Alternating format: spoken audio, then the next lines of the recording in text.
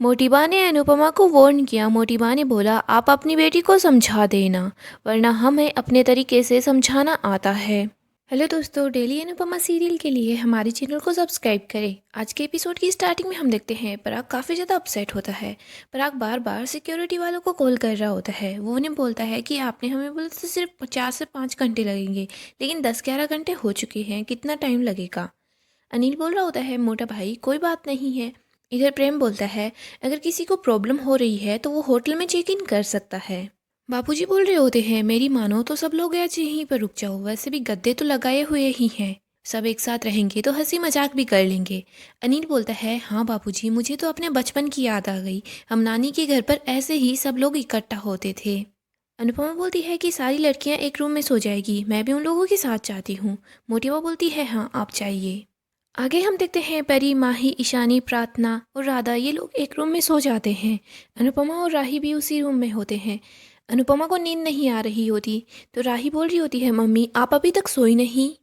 अनुपमा बोलती है, मैं इसलिए जाग रही हूँ ताकि सब लोग आराम से सो सके। अगर किसी को किसी चीज़ की ज़रूरत हुई वो आवाज़ लगाएंगे और उन्हें वो चीज़ नहीं मिली तो। राही बोल रही होती है, मम्मी आप जो बात है वो तो बताना नहीं चाहती, लेकिन आप अकेली नहीं जागेंगी, मैं भी आपके साथ जागूंगी। आगे हम देखते हैं सब लोग आराम से सो रहे होते हैं, लेकिन पराग को नींद नहीं आती। इधर हम मोटिबा को देखते हैं, मोटिबा को भी नींद नहीं आ रही होती। मीता को भी नींद नहीं आती। मीता बोल रही होती है, एक तो इतनी गर्मी है, इससे अच्छा तो हम होटल में ही चेक इन कर लेते। ख्याति बोल रही होती है, मीता बहन श्रीनाथ जी का नाम लीजिए और सो जाइए, नींद आ जाएगी। अनिल खराटा मार रहा होता है तो पराग बोल रहा होता है, इन लोगों को तो सोने की तमीज़ ही नहीं है। इसके बाद पराग भी सोने की कोशिश करता है। वो जाकर सोने ही लगता है, तभी बादशाह पराग को लात मार देता है। पराग बोल रहा होता है, बादशाह तो नींदों में लात मारता है, इस जन्म में तो मैं कभी भी बादशाह के पास नहीं सोऊंगा। हम देखते हैं पराग अनिल और प्रेम के बीच जाकर सो जाता है। प्रेम पराग पर अपना हाथ रखता है।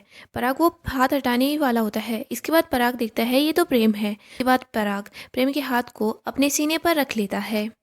प्रेम नींद में बोल रहा होता है, काका आप बहुत स्वीट हो, मैं आपसे बहुत प्यार करता हूँ। पता है आज जब मिस्टर कोठारी को मैंने क्रिकेट खेलते हुए देखा तो मुझे बचपन के दिन याद आ गए। मुझे बचपन में क्रिकेट उन्होंने ही सिखाया था। मैं उनसे बचपन में बहुत प्यार करता था, वो मेरे हीरो थे, लेकिन अब वो मेरी लाइफ के विलन हैं। इधर हम अनुपमा और राही को देखते हैं, वो दोनों ही जाग रहे होते हैं। अनुपमा और राही जब सुबह हॉल में आते हैं तो वो देखते हैं पराग और प्रेम दोनों पास पास सो रहे हैं और पराग ने प्रेम को हक कर रखा है। फिर हम देखते हैं घर के बाकी के लोग भी धीरे धीरे उठ रहे होते हैं। अनिल बादशाह को उठा रहा होता है तो अनुपमा अनिल को चुप रहने के लिए बोलती है। इसके बाद अनिल देखता है कि पराग और प्रेम दोनों एक साथ सो रहे हैं और पराग ने प्रेम को हक कर रखा है। सब लोग बहुत ज़्यादा खुश हो जाते हैं। फिर हम देखते हैं पराग भी उठ जाता है। हम देखते हैं पराग राही के पास जाता है और राही को बोल रहा होता है, थैंक यू राही, कल क्रिकेट खेलने का आइडिया बहुत ही अच्छा था। अनुपमा बोल रही होती है, राही इससे अच्छी सुबह तेरे लिए हो ही नहीं सकती। सब लोग बहुत खुश होते हैं। आगे हम देखते हैं सब लोगों को वॉशरूम जाना होता है और बाथरूम में भी जाना होता है, लेकिन सारे बाथरूम और वॉशरूम बिजी होते हैं। पराग बाहर आता है और अपने ड्राइवर को कॉल कर रहा होता है, लेकिन ड्राइवर कॉल पिक नहीं करता।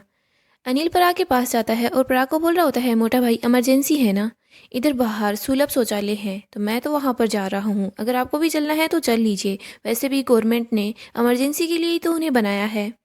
पराग बोल रहा होता है, ये मेरी आज सबसे अच्छी रात थी, लेकिन सुबह तो सबसे ख़राब है। आगे हम मोटिबा और बा को देखते हैं, वो दोनों बाथरूम जाने के लिए लड़ रही होती है। बा बोल रही होती है, आप मुझे दानी दीजिए। मोटिबा बोलती है, आप मुझे दानी दीजिए।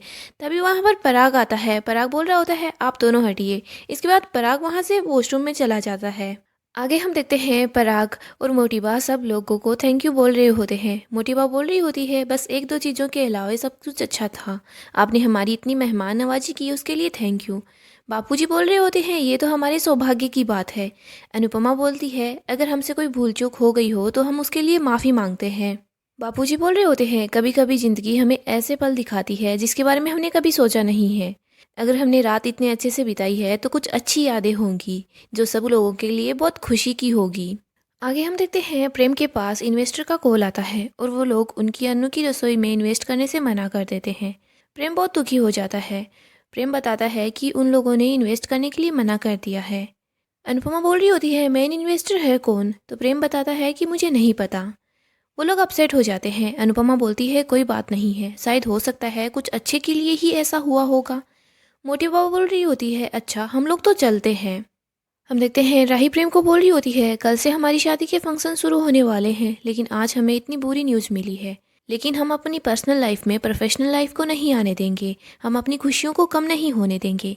इधर हम देखते हैं मोटी बा अनुपमा को बोल रही होती है, अनुपमा जी आपने लिस्ट देख ली है ना? अनुपमा बोल रही होती है, हाँ। इसके बाद मोटी बा बोलती है, वैसे कल से हम तो नज़र नहीं रख पाएंगे, लेकिन आप अपनी बेटियों को अच्छे से समझा दीजिएगा। तो अनुपमा बोल रही होती है, हाँ मैं उन लोगों को समझा दूंगी। आगे हम देखते हैं कोठारी हाउस के सब लोग वहाँ से चले जाते हैं। इधर अनुपमा बहुत ज़्यादा परेशान होती है। बापूजी अनुपमा के पास आते हैं। अनुपमा बापूजी को वो लिस्ट दिखाती है जो मोटी बा ने दी थी। बापूजी बोल रहे होते हैं, इतनी सारी चीज़ें।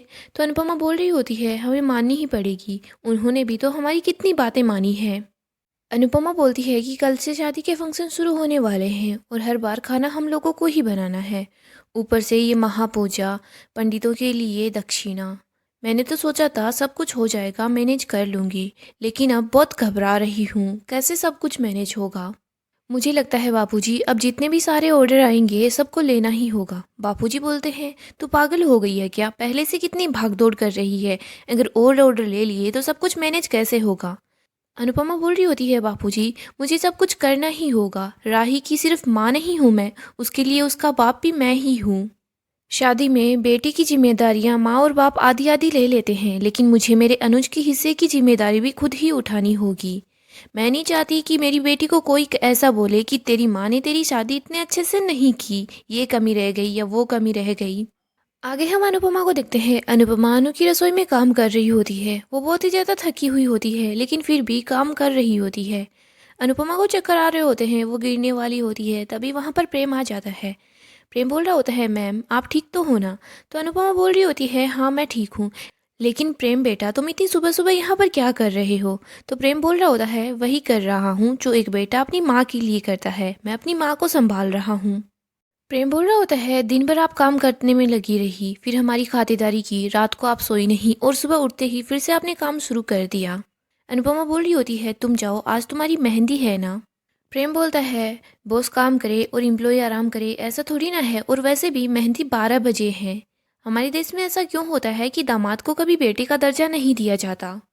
इसके बाद हम देखते हैं प्रेम अनुपमा की हेल्प करवा रहा होता है।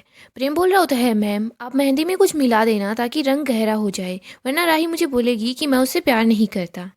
अनुपमा बोल रही होती है, तुम्हें रंग की फिक्र है, मुझे तो मेहंदी की फिक्र है। आगे हम राही को देखते हैं। राही ने नाक पर चिमटी लगा रखी होती है। इधर बा मेहंदी को पीस रही होती है। बा बोल रही होती है, तू ऐसे क्यों कर रही है? तो राही बोल रही होती है, बा आपको पता है ना, मुझे मेहंदी की स्मेल बिल्कुल भी पसंद नहीं है। परी बोलती है, राही मेहंदी के दिन तो आपके पैरों पर, हाथों पर, सब जगह पर मेहंदी लगेगी, फिर आप कैसे रह पाओगी? तभी वहाँ पर अंश आता है। अंश बोल रहा होता है, एक आइडिया है जिससे आपको मेहंदी की स्मेल नहीं आएगी। राही बोल रही होती है, क्या? तो अंश बोल रहा होता है, हम पहले आपको बेहोश कर देंगे, जब तक आपको होश आएगा तब तक मेहंदी के साथ साथ संगीत का फंक्शन भी खत्म हो जाएगा।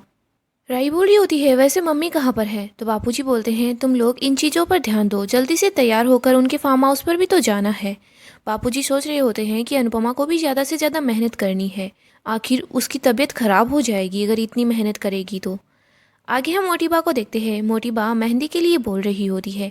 मोटीबा बोलती है, तुम लोगों के कहने पर हमने मेहंदी फार्म हाउस पर रख तो ली है, लेकिन यहाँ से कोई चीज़ नहीं छूटनी चाहिए, क्योंकि अगर हम यहाँ से एक बार चले गए तो वापस आने में बहुत ज़्यादा टाइम लग जाएगा। आगे हम देखते हैं पराग, राजा और अनिल आते हैं। ये लोग बिजनेस के बारे में बातें कर रहे होते हैं। मीता बोल रही होती है, मोटा भाई जमाई जी ने अपने उदयपुर के रिश्तेदारों से बात की क्या राजा के रिश्ते के लिए? अनिल बोल रहा होता है, अभी तो प्रेम की शादी ही नहीं हुई, राजा की शादी करने की इतनी जल्दी क्या है? तो मोटीबा बोल रही होती है, हाँ जल्दी है। मोटीबा बोलती है, ना तो प्रेम ने किसी बड़े खानदान में शादी की है और ना ही पराग ने किसी बड़े खानदान में शादी की। हम चाहते हैं कि राजा की शादी बड़े खानदान में हो जाए, इससे पहले इसे कोई मिडिल क्लास लड़की पसंद आए। अगर ऐसा नहीं हुआ तो धीरे धीरे हमारा महल जैसा घर मोहल्ले जैसा हो जाएगा। तभी हम देखते हैं राजा के पास बार बार ईशानी के मैसेज आते हैं। ईशानी राजा को बोल रही होती है, राजा तुम कॉल क्यों पिक नहीं कर रहे? मोटीबा मीता को बोलती है, मीता तुम राजा के लिए जल्दी से अच्छी सी लड़की ढूंढ लो, हम इस साल इसकी भी शादी करवा देंगे। मोटीबा राजा को बोलती है, तुम्हें मेहंदी की रस्म में आने की कोई ज़रूरत नहीं है, पराग ने तुझे जो काम दिया है तू वो काम कर, जिसके लिए तू सीधा ऑफिस चला जा। मोटिबा सोच रही होती है, शादी के अंदर बहुत सारी जोड़ियाँ बनती है लेकिन हम एक भी जोड़ी नहीं बनने देंगे। गाइज, अगर आप हमारे चैनल पर नए हैं तो हमारे चैनल को सब्सक्राइब कर लें और प्लीज़ वीडियो को भी लाइक कर दें। आने वाला एपिसोड काफ़ी ज़्यादा धमाकेदार होने वाला है। गौतम राही को गिरने से बचाता है। गौतम बोल रहा होता है, आखिरकार आप इस घर की होने वाली बहू है, दामाद का ख्याल रखना तो बनता ही है। लेकिन राही को बिल्कुल अच्छा नहीं लग रहा होता। राही गौतम को बोल देती है कि आप मुझसे दूर ही रहना। गाइस, डेली अपडेट के लिए चैनल को सब्सक्राइब करें।